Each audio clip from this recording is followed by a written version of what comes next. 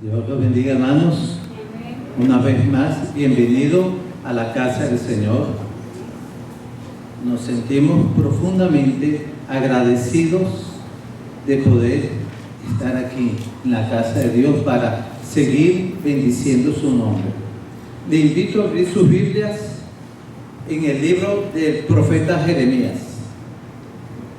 Jeremías capítulo 18. Pasaje que normalmente todos conocemos. Jeremías viene después del libro del profeta Isaías. Jeremías capítulo 18. Vamos a leer desde el 1 hasta el verso 6. ¿Lo tenemos? Libro del profeta Jeremías, capítulo 18, versos del 1 al 6. Nos dice la palabra del Señor. Revelación que tuvo Jeremías de parte de Jehová, que decía: levántate y baja a la casa del alfarero, y allí te haré oír mis palabras. Bajé pues a la casa del alfarero, y aquí que estaba haciendo una obra sobre dos piedras o una rueda, y la vasija de barro que estaba haciendo se echó a perder en la mano del alfarero. Así que volvió a hacerla de ella otra vasija, según le pareció mejor hacerla. Entonces vino a mí palabra de Jehová diciendo: ¿no podré yo hacer con vosotros, oh casa de Israel, como hace este alfarero? Dice Jehová: he aquí como es el barro en manos del alfarero, así sois vosotros en mis manos, oh casa de Israel. Oremos. Señor, gracias. Permite, bendito Dios, que esta disertación, Señor, se cumpla el propósito que tienes para cada uno de nosotros. Que se transmita, Señor, el mensaje conforme a tu voluntad, y que esta, Señor, pueda redundar en una edificación de vida, Señor. Una edificación de vida que servirá para el servicio en la obra, Señor. Lo pedimos por aquel que tiene el nombre por encima de todos los nombres, el de nuestro Señor Jesucristo. Amén. Estas palabras que fueron expresadas hace más de 2 milenios de nuestro Dios para el profeta Jeremías, cuando le pidió que bajara al alfarero. ¿Quién es el alfarero? El alfarero es un artesano que trabajaba, o que sigue trabajando todavía con el barro, y con un torno. Él es el dueño del barro. La propiedad más importante del alfarero, que es un artesano, es de darle forma a ese barro. Él toma el barro, le quita las impurezas, le termina de eliminar la forma que tiene, que le queda, y le echa agua, la coloca sobre el torno y ahí le empieza a dar la forma para hacer algo nuevo de ella. O sea, el alfarero usa una pieza dañada para hacer algo nuevo. La Biblia nos dice en el verso 4 que el alfarero no la dañó. Dice que ésta se dañó. La pieza se dañó en las manos del alfarero. El alfarero no dañó la pieza. Pero el alfarero tenía la plena facultad de terminarla, de deshacer y hacerla, como dice el versículo, según como él quiso. quitando todas esas impurezas, mostrando su capacidad, su arte. Dios le dice al pueblo de Israel en el verso 6, tomando ese ejemplo: no podré hacer de vosotros como hacía el alfarero. Israel, a través de la historia, tenía un círculo recurrente de pecado y de perdón, de pecado y de perdón, de pecado y de perdón. Dios los castigaba por su pecado y muchas veces caían en manos de los egipcios, de los babilonios, de los filisteos, de los asirios, de los romanos, y así para de contar. El pueblo se arrepentía y venía Dios siempre en su rescate. Dios castigaba su pecado. Y así fue en eso. La analogía que quiero traerla ahora para nosotros, no, es que Dios en nuestras vidas hace como el alfarero. Él puede cambiar nuestras vidas. La figura en ese cambio se sustenta en la relación que Dios tiene con cada uno de nosotros. Dios, en la época del Antiguo Testamento, Dios trabajaba con el pueblo de Israel para que él se arrepintiera. El arrepentimiento es un cambio. A nosotros Dios nos trabaja como trabaja el alfarero también. Dios quiere que nosotros cambiemos nuestras vidas, entendiendo que como el alfarero, Dios tiene la total soberanía de hacer como Él quiere en nuestras vidas. Pero es pertinente de parte de nosotros que nosotros lo permitamos. En la época de antes, en ese círculo recurrente de pecado y de perdón, se arrepentía el pueblo y después volvía a esos caminos. Se arrepentía y después volvía a esos caminos y Dios lo volvía a castigar. En el caso de nosotros, Dios lo resolvió a través de Cristo Jesús. Sí, ya está resuelto. Pero Dios quiere, como el alfarero, de nosotros, como llegamos, transformarnos. Por eso es que el Evangelio es cambio. Dios quiere que a través de una íntima comunión, una íntima relación con nosotros, Dios quiere cambiar nuestras vidas. Quiere hacer de lo que nosotros somos, muchas veces echado a perder. Dios quiere hacer algo nuevo. Dios quiere cambiar nuestras vidas. ¿Con qué propósito quiere Dios cambiar nuestras vidas? Con el propósito de que le sirvamos, con el propósito que lo adoremos, con el propósito que cumplamos el propósito que Él tiene para cada uno de nosotros. Entonces, tenemos que hacernos una pregunta: ¿hasta dónde nosotros estamos dispuestos a permitir que Dios cambie nuestras vidas? Ya sabemos que hay un Dios que quiere cambiar nuestras vidas. Sí, eso ya está determinado, eso ya está planificado, ya eso está en el presupuesto y en las estimaciones de Dios. Sí, pero ¿estamos nosotros dispuestos a que Dios cambie nuestras vidas? A que Dios, como hace el alfarero, de algo que se echó a perder, hizo algo nuevo, algo hermoso. ¿Estamos nosotros dispuestos a que Dios cambie? Considero que sí. Entonces, más allá de nuestra decisión, tenemos que ahora entregar cada día más, incrementar nuestra relación, nuestra comunión con Dios, incrementar nuestra proximidad a Dios, para que Dios haga en nuestras vidas conforme a su propósito, teniendo en cuenta que hay un Dios que sí quiere cambiar nuestras vidas.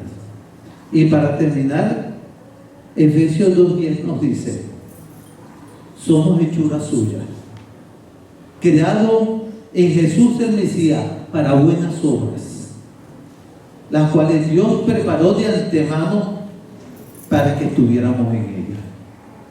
Entonces, dispongamos nuestros corazones, hermanos, para hacer lo que Dios quiere que hagamos con nosotros. Y como les digo, no permitamos irnos de este mundo sin antes cumplir el propósito de Dios que tiene para cada uno de nosotros. Nadie es ajeno a la voluntad de Dios y a su propósito. Entonces, los invito a buscarlo cada día, a ceder lo que nosotros somos, para que Él esté reinando cada día más en nuestros corazones con el propósito, con un propósito de servirlo, de adorarlo y hacer de nuestras vidas el propósito, no que queremos nosotros, no que quieran los demás, sino que Dios quiere para cada uno de nosotros. Entonces oremos. Señor, gracias. Gracias porque, bendito Dios, siempre está dispuesto. A través de la historia, a través de tu obra redentora, Señor, has estado siempre dispuesto para transformarnos, para el proceso de la santificación, para hacernos cada día un poco más como tú, Señor, para llevar esos frutos, para servir, Padre amado, en ese sitio, en esas condiciones que tú tienes planificado para cada uno de nosotros. Señor, una vez más te entregamos nuestras vidas. Una vez más queremos decirte: heme aquí, envíame a mi Señor. Porque si tú nos envías, bendito Dios, entonces se hará tu voluntad, y tu voluntad es perfecta, y tu voluntad debe ser el propósito, no como concepto, Señor, sino como una vida entregada, una vida en coinonía y una vida en profunda comunión contigo. Gracias, Señor. Permite, Señor, que esta reflexión, bendito Dios, me acompañe para ponerla en ejecución, Señor. En el nombre de Cristo Jesús. Amén, Señor. Amén. Para los que no me conocen, por si acaso, mi nombre es...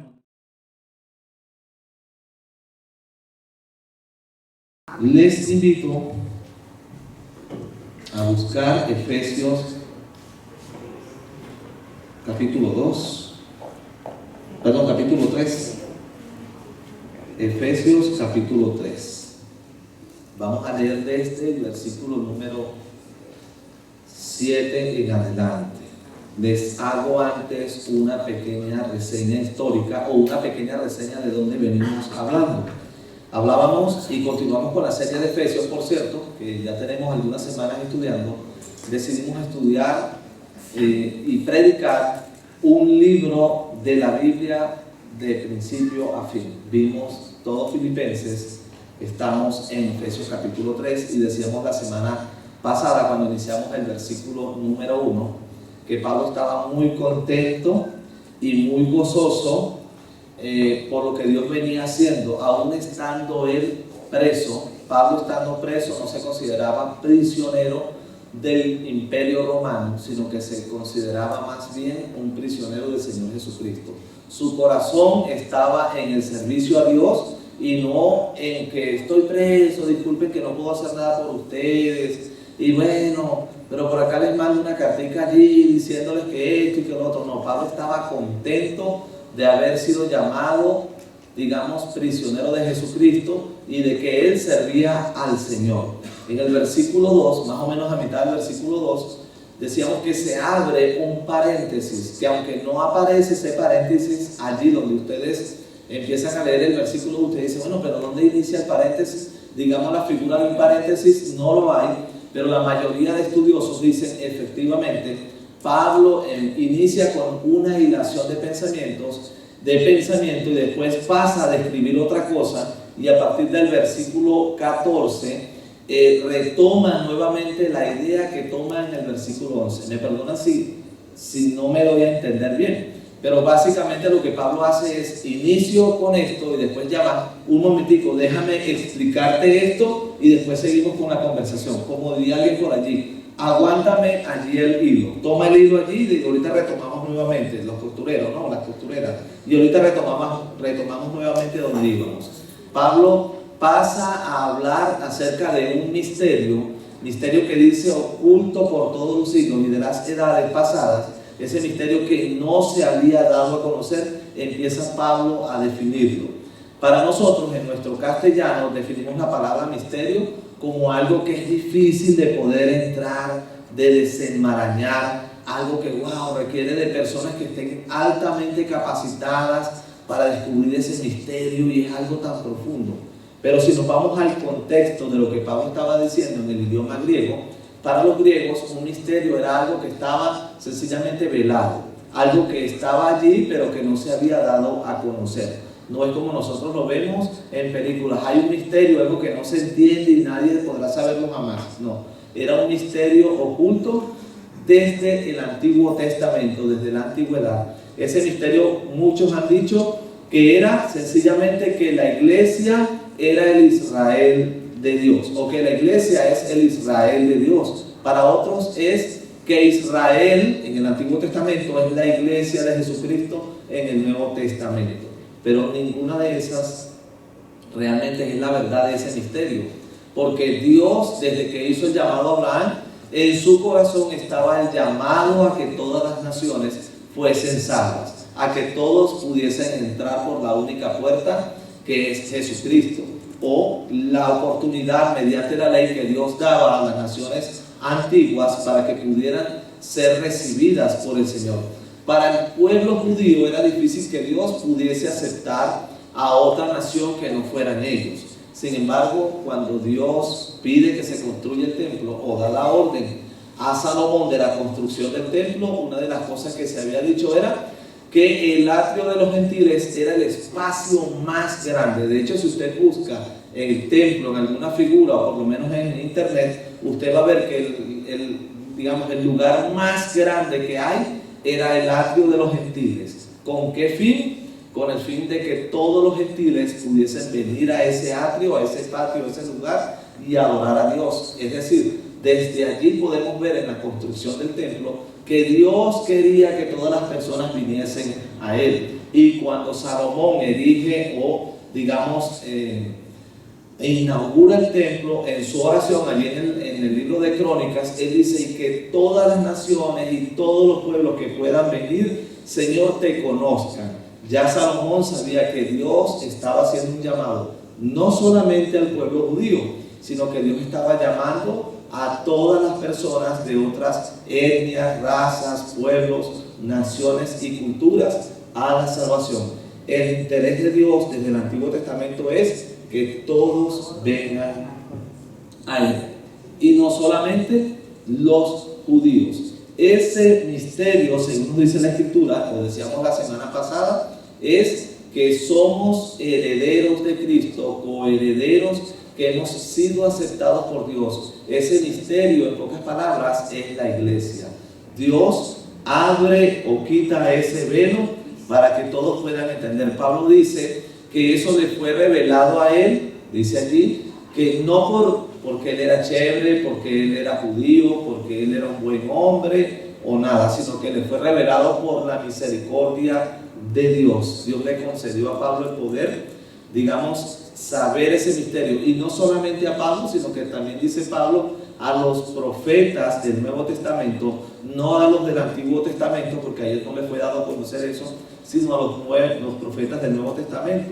Entendemos por profeta personas que aparecían en el libro de Hechos, ¿verdad? Personas que tenían la verdad de Dios y la profesaban, no personas que andaban viendo ciertas cosas por allí y andaban diciendo cosas que iban en contra de la palabra de Dios, sino que podían ver la verdad de Dios y decirla. Habla también de que ese misterio también le fue revelado a los apóstoles, ¿sí? Ellos también pudieron entender definitivamente. Dios ha llamado también a otro pueblo. Ese pueblo son los gentiles. para que puedan obtener las riquezas de la gracia de Dios y puedan obtener las promesas. Es decir, judíos y gentiles ya no forman grupos étnicos distintos, sino que judíos y gentiles son ahora para nuestro Dios un solo grupo. Y a ambos llamó el Señor para el servicio. Ese era el misterio. Quizás para los judíos judíos convertidos, un poco difícil de entender, pero Pablo dice, me fue dado a mí, a los apóstoles y profetas, y por eso es que ahora hablamos de este misterio, para que ustedes puedan conocer las riquezas inmensurables del amor de Dios por todos. Dios había llamado a todos a la salvación. Cuando vemos ahora acá donde iniciamos, el versículo número 7, Pablo dice, Efesios capítulo 3, versículo 7, me ubiqué no en Efesios, sino en Filipenses, dice, del cual, leemos desde el 6, que los gentiles son coherederos, ¿verdad? Ese es el misterio, que los gentiles son coherederos y miembros del cuerpo y copartícipes de la promesa en Cristo Jesús por medio del Evangelio. Ese es el misterio que allí está Pablo diciendo. Eso me lo reveló el Señor.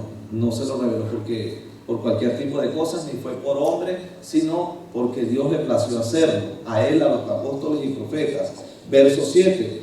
Del cual yo fui hecho ministro por el don de la gracia de Dios que me ha sido dado según la operación de su Espíritu.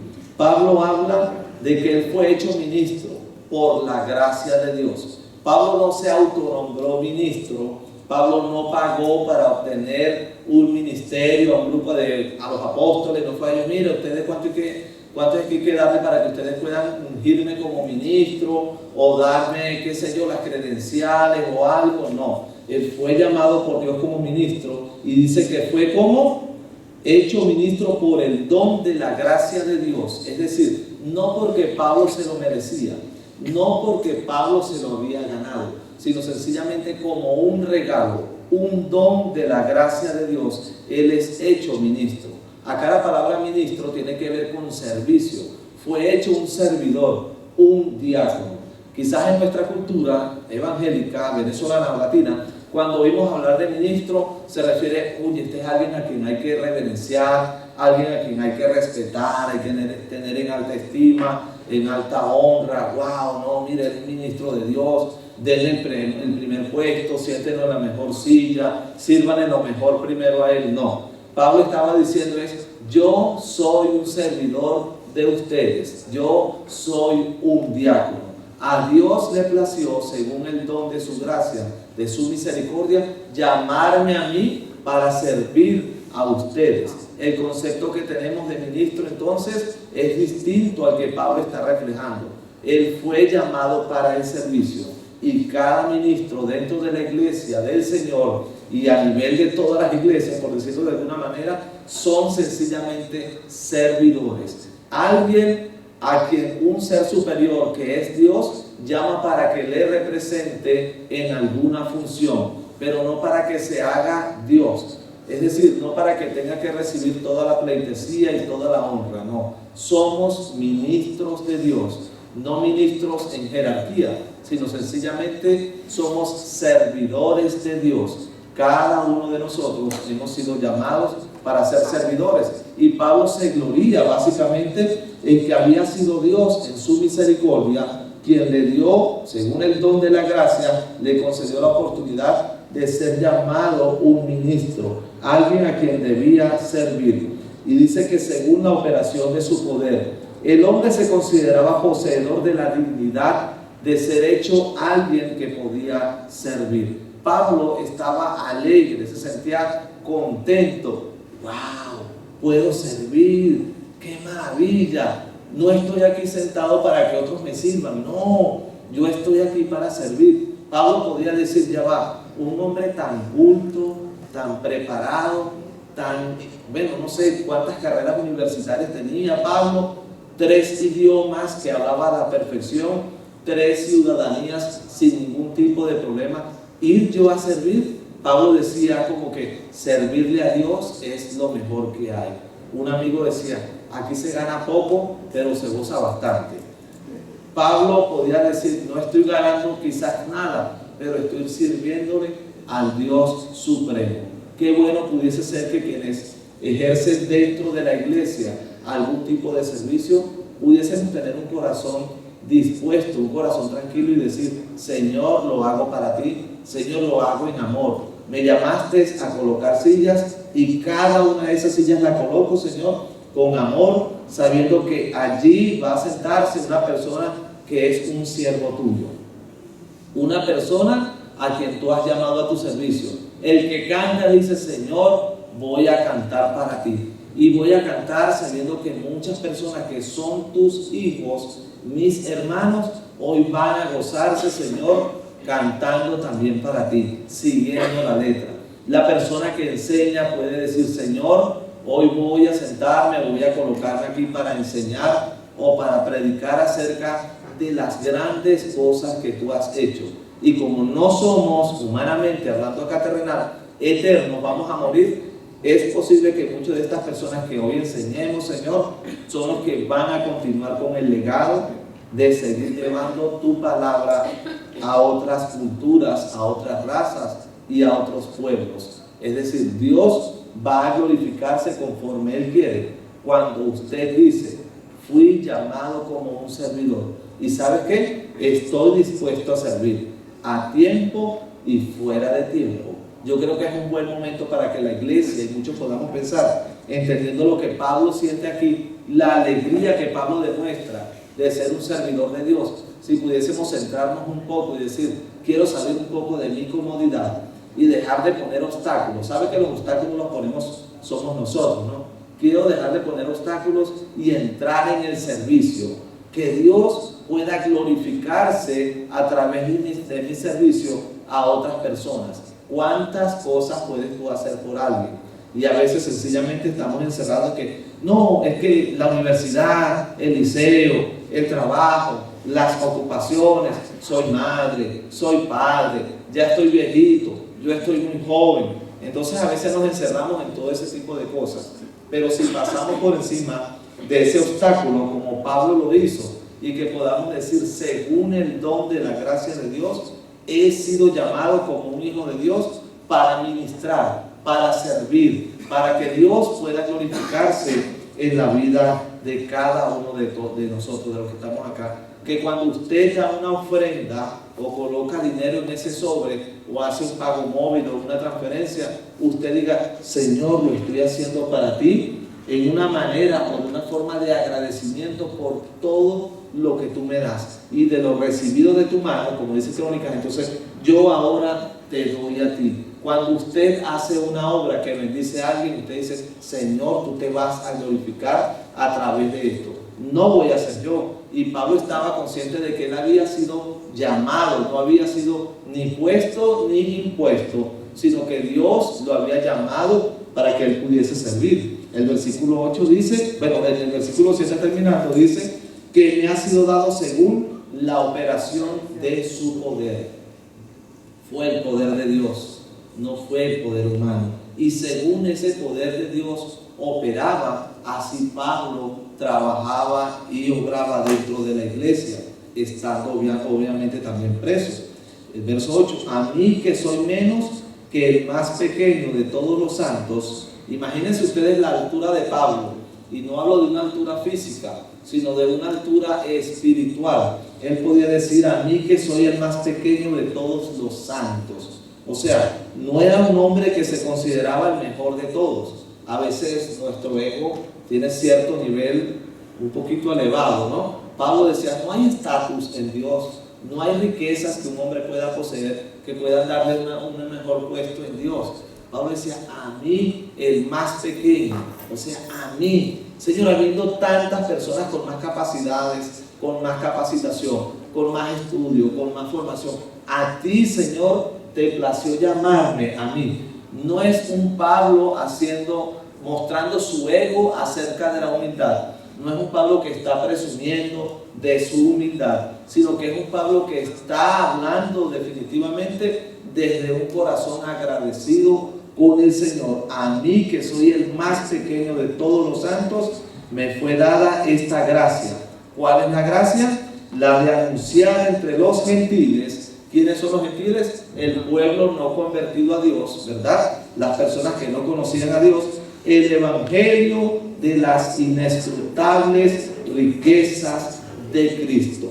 Pablo podía mostrar ese secreto que era la voluntad de Dios a toda la humanidad. Pablo no tenía problema en pararse y hablar acerca del Señor. Él se sentía contento de lo que estaba haciendo. Pero ¿qué mostraba? Las inescrutables riquezas, imagínense ustedes, de la voluntad de Dios. El privilegio que era dar a conocer a todos los gentiles el plan que Dios había trazado para la iglesia desde tiempos antiguos. ¿Saben qué? Dios no estaba llevando las cosas así como, bueno, como vaya viniendo, vamos viendo.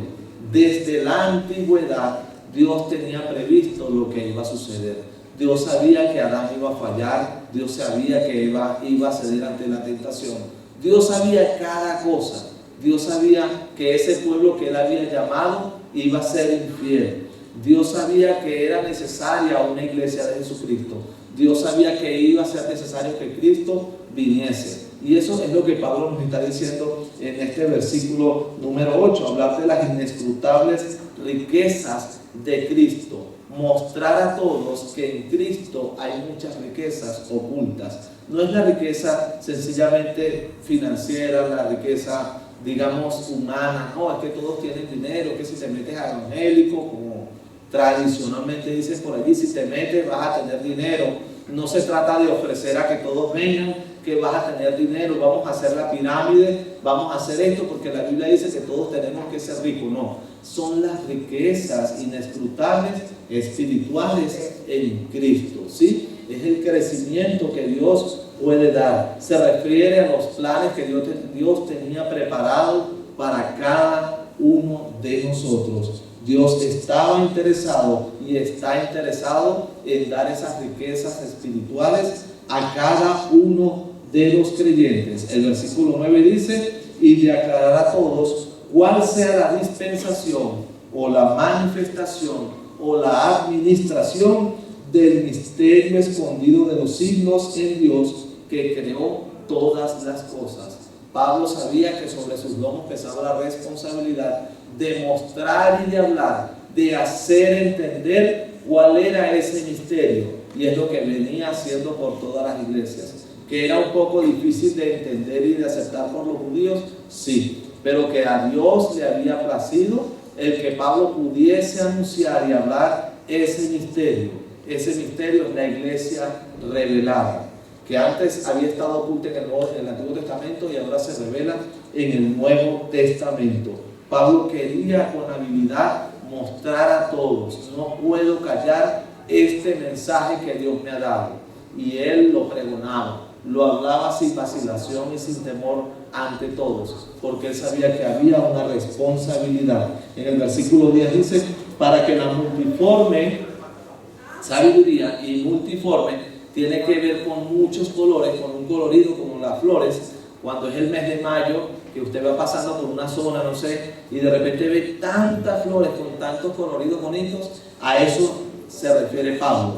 La multiforme sabiduría de Dios sea ahora dada a conocer por medio de la iglesia a los principados y potestades en los lugares celestiales.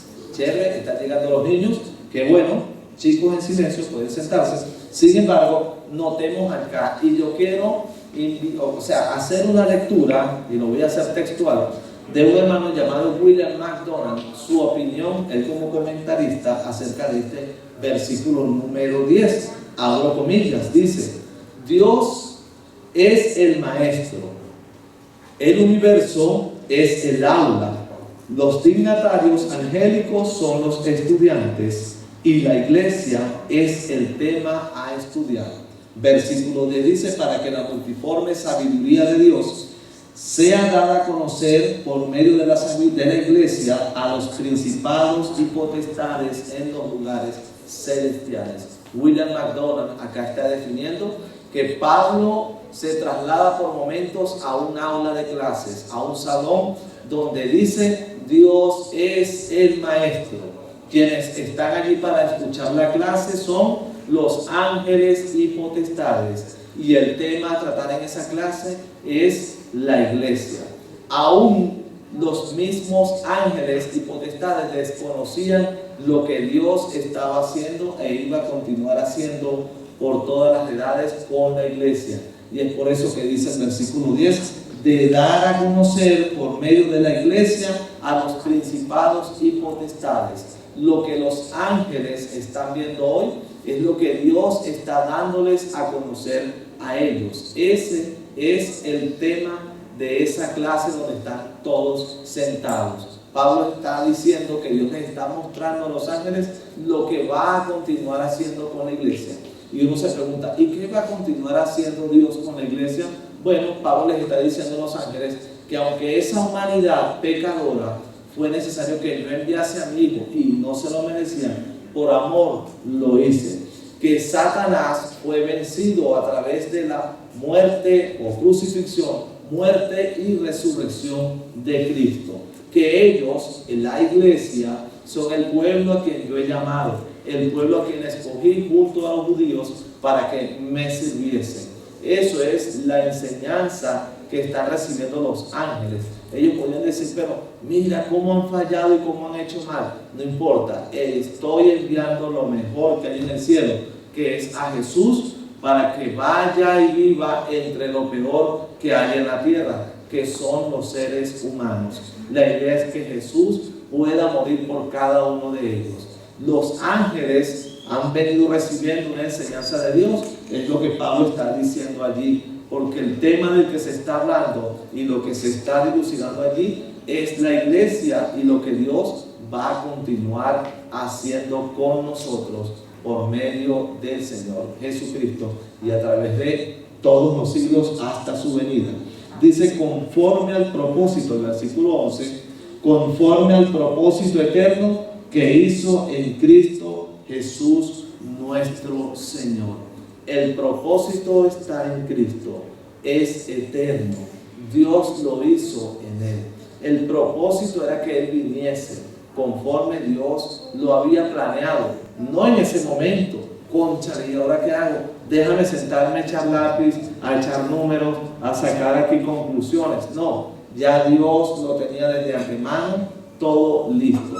Todo estaba arreglado y lo que hacía falta era que llegase el momento de revelar ese misterio, de darlo a conocer, y el momento había llegado y Pablo estaba dando a conocer a todos cuál era ese misterio, el cual es la iglesia. El versículo 12 nos dice, en quien tenemos seguridad y acceso con confianza por medio de la fe en Él. Noten tres palabras: seguridad, acceso y confianza por medio de la fe en Él.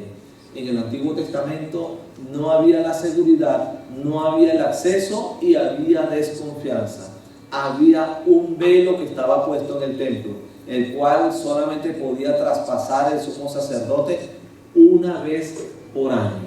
Y esa vez por año era cuando llegaba el momento de ofrecer los sacrificios dentro del lugar santísimo. Ese velo separaba el lugar santo del lugar santísimo. Aun cuando estaban dentro del mismo tabernáculo o del templo, sin embargo, no podía traspasarse ese lugar. El sumo sacerdote llegaba al lugar santo, allí ofrecía el sacrificio que la persona trajese por su pecado, allí se hacía todo. Pero solo una vez por año podía pasar aquel espacio, traspasar esa cortina. Debía ir en absoluta santidad delante de Dios. Cero tener cositas por arreglar, cero aventuras por allí, cosas raras. Tenía que ir en completa santidad. A su cintura iba atado un lazo, un cordón, una soga. Y en los flecos o en los ruedos de su vestuario, unas campanillas. A medida que él caminaba dentro del lugar santísimo, las campanillas sonaban. Los sacerdotes estaban afuera en el lugar santo escuchando. La cuerda se iba moviendo. Si esa cuerda dejaba de moverse y las campanillas dejaban de sonar, había sencillamente que alar la cuerda. El hombre murió porque entró la única vez del año que podía entrar allí, entró con una situación que no había sido arreglada. Murió, sáquenlo, es necesario ahora un nuevo sumo sacerdote. Aquí lo que nos está diciendo el versículo 11, es que tenemos seguridad y acceso. Cuando Jesús muere en la cruz del Calvario, dice la Escritura, y el velo del templo se rasgó, se rompió, se abrió. Ya no hay más un lugar santísimo donde los sacerdotes deben entrar una vez por año. Ahora todos tienen acceso a ese lugar santísimo. La iglesia puede acceder a ese lugar santísimo. ¿Por los méritos de quién? ¿Del sumo sacerdote? ¿Por los méritos de quién? ¿De los levitas? Por los méritos de Cristo.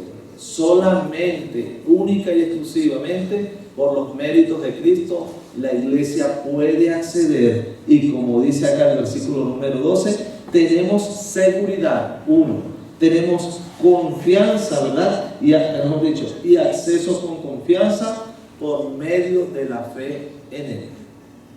Ya no hay necesidad de llevar un animalito, no hay necesidad de aparecer buscando un hombre para que Él pueda llevar mis pecados a Dios. Cada uno de ustedes, si tienen a Cristo en su corazón, si aceptaron a Jesús como su Salvador, si creen en el Señor Jesús como su único mediador, ustedes tienen acceso con seguridad a ese lugar santísimo. ¿Y saben qué? Ya no una vez por año. Tienen acceso cuando ustedes quieran entrar, a cualquier hora. Lo único que van a hacer es en el nombre de Jesús. Ese es, digamos, la puerta, Jesús. Y ustedes van en el nombre de Jesús. Van en el nombre de Jesús con confianza al lugar santísimo, a la presencia de Dios. Ya no necesitamos buscar a un hombre, no necesitamos esperar un día específico. Cuando usted quiera y donde usted está, tiene acceso, pleno acceso para ir. Yo estoy seguro que sus hijos, sus niños pequeños, no le piden permiso a usted para montarse en la cama. Ellos sienten la confianza de sencillamente de montarse en su cama. Y usted nunca les dice, bájate de mi cama, a menos de que tenga haciendo, inventando cosas, ¿no? Saltando, qué sé yo, desordenando o ensuciando. Pero en su casa, sus hijos tienen acceso a cosas que otras personas no tienen acceso. Yo voy a su casa y hay cosas en su casa que usted ve, ya va hasta aquí. Y eso es normal y yo lo entiendo y no voy a sobrepasar el límite. Sin embargo, sus hijos tienen acceso a cosas en su casa que otro no lo va a tener. Así es el Hijo de Dios. Tiene acceso a la presencia de Dios cuando quiera y como quiera, por los méritos de Cristo. Y dice, por medio de la fe en Él. Cada uno de nosotros puede entrar en su presencia cuando lo desee. Ya no hay excusa, ninguno tiene excusa. Falta de tiempo, no puedo. Es que estoy muy ocupado, no puedo. Es que la universidad, el trabajo, o esto o lo otro. En el metro, en el autobús, en su carro, en una moto, usted tiene acceso con plena confianza al lugar de Dios. Es posible que cuando estemos en el cielo, es que yo no podía orar porque siempre estaba ocupado. Tenías acceso con plena confianza por medio de la fe. Donde estés, la puerta es Jesucristo. Él es el mediador. Él es quien abrió eso para que todos pudiesen entrar y acceder cuando quisieran a la presencia del Señor Jesús. El misterio que era la iglesia había sido revelado, había sido mostrado. Usted es la iglesia, usted forma parte del cuerpo de Cristo, usted es coheredero de Dios, usted está a la misma altura de cualquiera de los judíos del Antiguo Testamento. Antes ellos tenían la preeminencia, ahora no. Ahora cada uno de nosotros somos iguales o coiguales delante de la presencia de Dios. ¿Sí? Ya no podemos decir, no, es que los judíos, bueno, ellos tienen un privilegio que nosotros no tenemos. No, ya ellos no tienen ningún tipo de privilegio. Cada uno de nosotros estamos delante de Dios a la misma altura. Dos razas o dos etnias distintas ahora son aceptados como uno delante de Dios. Ellos y los gentiles convertidos ahora forman la iglesia de Cristo o el cuerpo de Cristo. Y cada uno de nosotros podemos acceder como cuerpo de Cristo directamente a la presencia de Dios el Padre, con la situación, la problemática que usted tenga. No se sienta menos que nadie delante de la presencia de Dios. Entienda algo: Cristo murió por usted. Su sangre pagó el precio de sus pecados.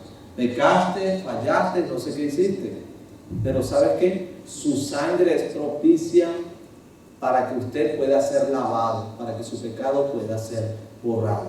Sencillamente usted lo que necesita es aceptar ese sacrificio hecho por Cristo Jesús en la cruz del Calvario. Eso es lo único. Por la fe usted recibe y acepta a Cristo en su corazón, y usted es galardonador. Usted se merece todo. Usted pasa a formar parte del misterio que es la iglesia y tiene libre acceso al trono de la gracia de Dios. Padre, en el nombre de Jesús,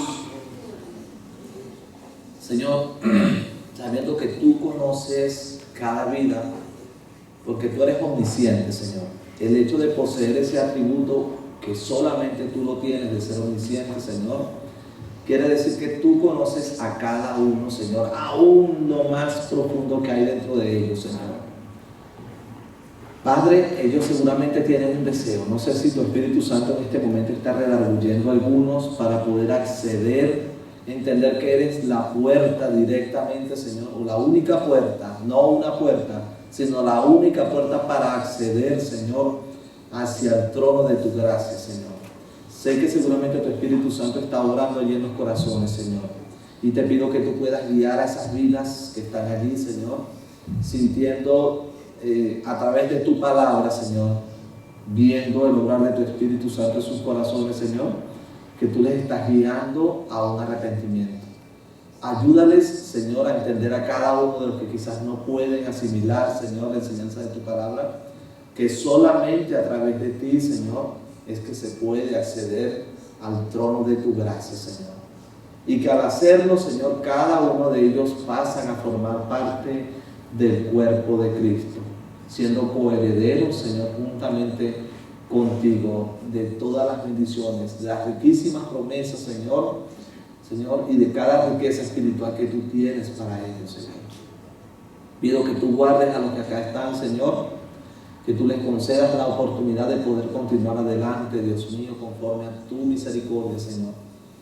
Que tú les ayudes, Señor, a poder ser siervos, diríamos según tu palabra, inútiles. Inútiles, Señor, en el sentido de que ellos hacen lo que tú les has mandado hacer, Señor. No inútiles en el sentido, Señor, de ofenderles, sino de lo que tu palabra enseña, Señor. Que puedan ser siervos que hacen lo que tú les mandas hacer a cada uno, Señor. Y que su corazón puede estar dispuesto y disponible para hacerlo, Señor, con gozo, con agrado, sabiendo que no van a servir, Señor, a los hombres o a alguien, sino que están glorificando tu nombre en medio de esas personas a las cuales ellos van a servir, Señor. Y que ellos van, Señor, esas personas van a ver tu imagen, Señor, la imagen de tu amor reflejada en el acto, Señor, que ellos están haciendo de servicio hacia esas personas, Señor. Que tu Espíritu Santo pueda redarguir, Señor, a cada uno acá, para que todos podamos formar parte de siervos, Señor, que quieran hacer las cosas para ti, Señor. Y que lo que estemos haciendo, Señor, en nuestros ministerios, Señor, podamos hacerlo con todo gozo, Señor. Y decir: esto que hago, lo hago para mi Señor. Este dinero que estoy dando, lo doy para ti, Señor, para tu obra. Esta acción, Señor, es para glorificar tu nombre, Señor. Que tu nombre sea dado a conocer en toda la nación venezolana, Señor. Nuestro país, Dios mío, vive momentos muy difíciles, Señor, con muchas situaciones que se presentan. Acá hay personas, Señor, que no tienen quizás dinero, que no tienen cómo comprar algo, que están preocupados, Dios mío, porque, bueno, viene diciembre, hay que comprar un regalo a los niños, hay que comprar o poner algo en la mesa, Señor. Quizás hay que hacer algún arreglo, Señor. Tú conoces a cada uno de ellos, Señor, y sabes la situación por la que pasan.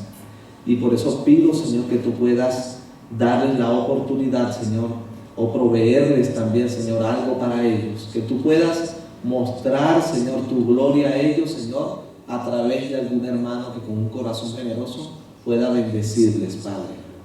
Pedimos, Señor, que tú les ayudes, Señor, y que en estos días por venir, que son en cierta medida días difíciles para la iglesia, puesto que hay mucho alcohol, se ofrecen muchas cosas, Señor, especialmente a los jóvenes, que quizás pueden debilitarles en su fe, donde se les ofrece en cualquier lugar a tomar una copa y esa copa es la puerta para después ser llevados al alcoholismo, Señor.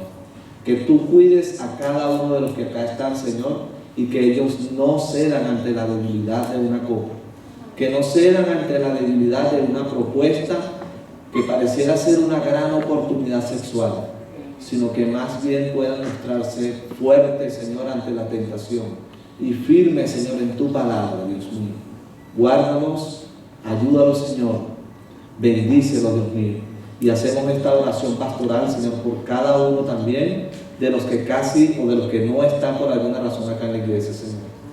A los hermanos que están enfermos o pasando por ciertas dificultades, guárdales. A mi hermana Milka, Señor, que tiene que viajar hacia Guanare, provee los recursos, Señor, y todo lo que ella necesita para que pueda llegar a ayudar a su mamá, Señor. Bendice, Señor, a cada uno de estos siervos que acá están, Señor, y que tu palabra pueda llegar, Señor, y penetrar en sus vidas y en sus corazones. Que no seamos, Señor, nosotros tratando de persuadir a nadie a que cambie. Que no seamos nosotros influyendo en ellos, Señor, ni, no sé, manipulándoles para nada, sino que sea tu palabra la que pueda producir el cambio necesario en cada corazón. Pudiéramos, Señor, desgarrarnos acá gritando, animando, llorando, manipulando, Señor, pero no queremos hacer eso. Queremos, Señor, que sea tu palabra escrita, leída, Señor, que pueda actuar en sus vidas y que sea tu Espíritu Santo usándola en cada corazón, Señor, conforme a tu divina voluntad, Señor, y que pueda esa palabra, Señor, traer una respuesta que pueda glorificar tu nombre en otras personas. Lo pedimos, Señor, en el nombre de Jesús.